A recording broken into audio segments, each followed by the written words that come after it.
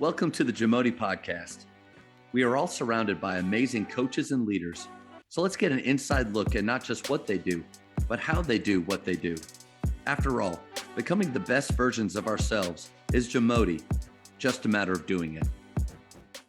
Coaches, the Jamodi podcast is powered by Biology. What's your BSA score?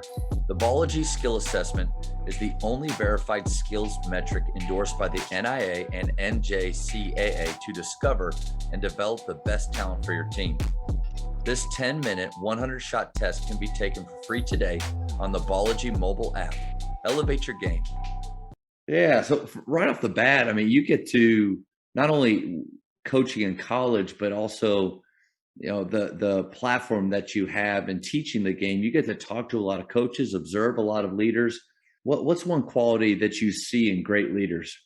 Yeah, I think whenever you sent me that question, I was racking my mind of like, okay, if I'm around a lot of really cool people and a lot of leaders who I respect, like what's one thing that really sticks out? And the two best leaders that I know, number one is my father. He's pastor of a large church in Pennsylvania, and I was able to see him kind of build that up. And then, right on the same level as Coach Hoffman, who I work for, just a phenomenal leader. And they're both very different, but there's some things they share. And the one trait that they both have in common that I think I admire most is they have a deep love for the people that they lead.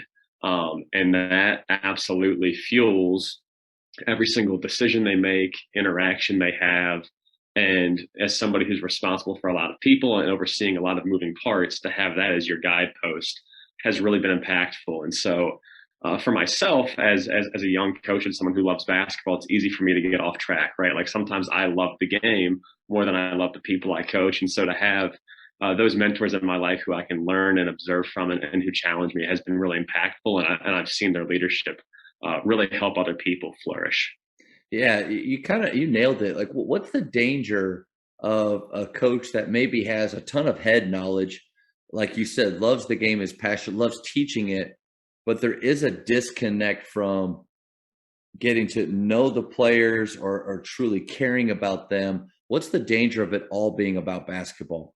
Yeah, I think it's easy for us as coaches, and again, I'm speaking to myself more than anybody, but it's easy to get too far zoomed in, and so I think the danger whenever that happens is whenever you're just looking at like this practice in front of me or this skill the player has to improve.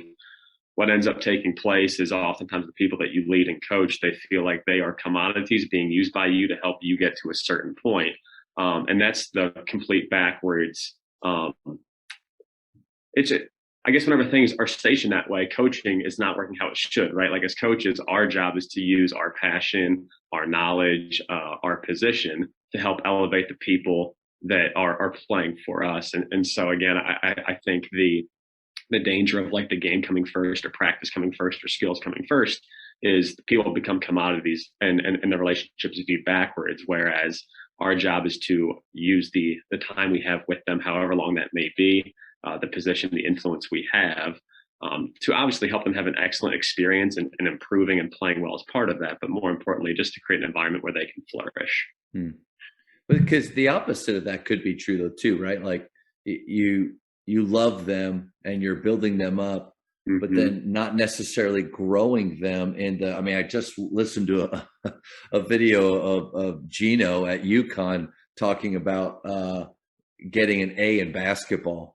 And part of the player's journey in that, like them doing average work and making a C, a little bit above average getting a B, and then doing more than others. But then coaching has a part of that, a big part of that to do too. So I mean, how do you encourage those coaches that not how do you encourage? Seems to me that coaches that love their players need to continue to grow in their knowledge of the game and where the type of basketball that they love to teach, and they can follow guys like you, right?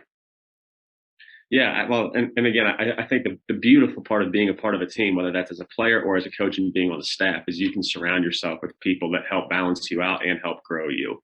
And I know that, even this past year for us at Wright State, there's 5 people on our staff and we all work really well together, and all of us have various strengths and weaknesses. And so I think that's what makes being on a team special is where I'm weak, somebody else can be strong. Maybe where I'm strong, somebody else is weak. And not only can we use those gifts that we've been given and kind of maximize them, but also we can grow in them. And so I think that there is the key, right? And I think that's the benefit of things like this is, you have multiple guests on, people that are experts in something, and we can all just tap into that. And again, hopefully learn and then share. And I think the curiosity and desire to grow also helps that all take place.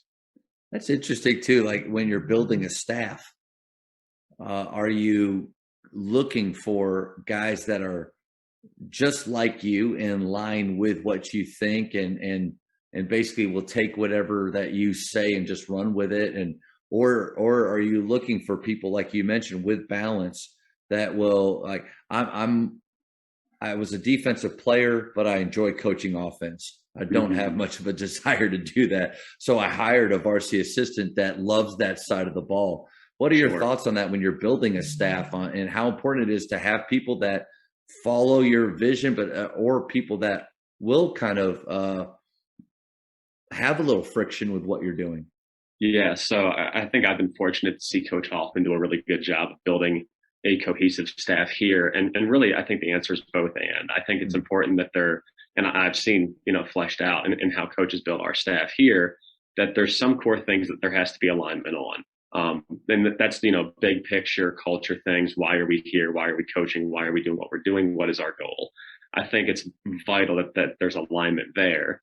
And then in regard to how you play, it's also important to have alignment there to a degree of, we're all one band, one sound, preaching the same message.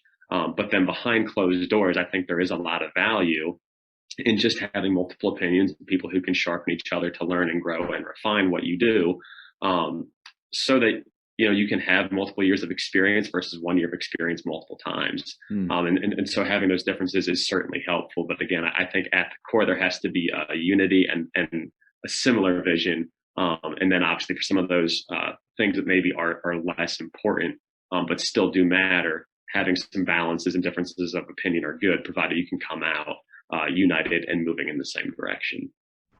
Thank you for checking out today's episode. Please take a moment to subscribe to this podcast, share it with your fellow coaches, and find us on social media for what's coming up next on the Jamodi podcast. It's just a matter of doing it.